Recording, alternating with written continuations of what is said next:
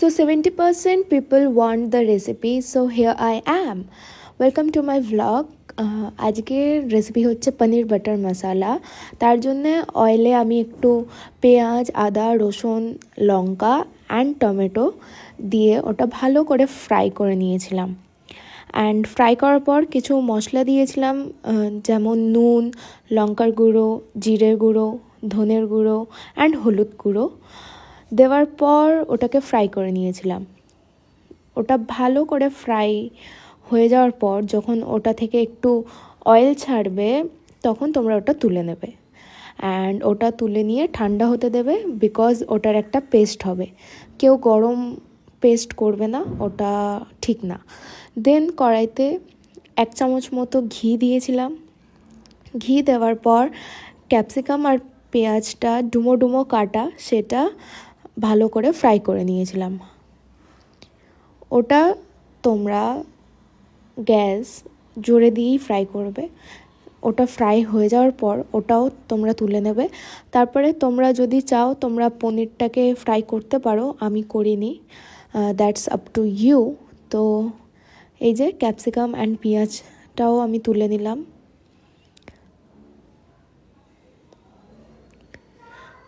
দেন ওইগুলো তোলার পর আবার একটু তেল দিয়ে একটু এলাচ, দারচিনি অ্যান্ড লবঙ্গ দিয়ে যেই পেস্টটা বানানো হয়েছে সেটা দিয়ে দেবে।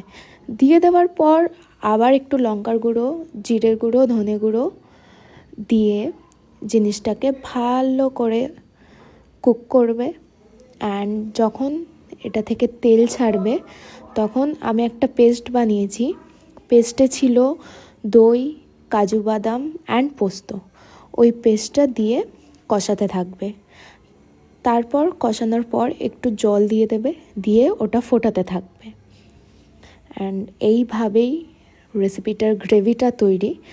অ্যান্ড আফটার দ্যাট যেই পেঁয়াজ ক্যাপসিকামগুলো ভাজা ছিল সেইগুলো দিয়ে দেবে।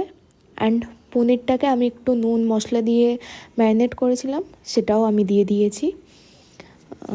যেটা বললাম আমি অ্যাভয়েড করেছি ভাজাটা, তোমরা চাইলে ভাজতে পারো, নো প্রবলেম।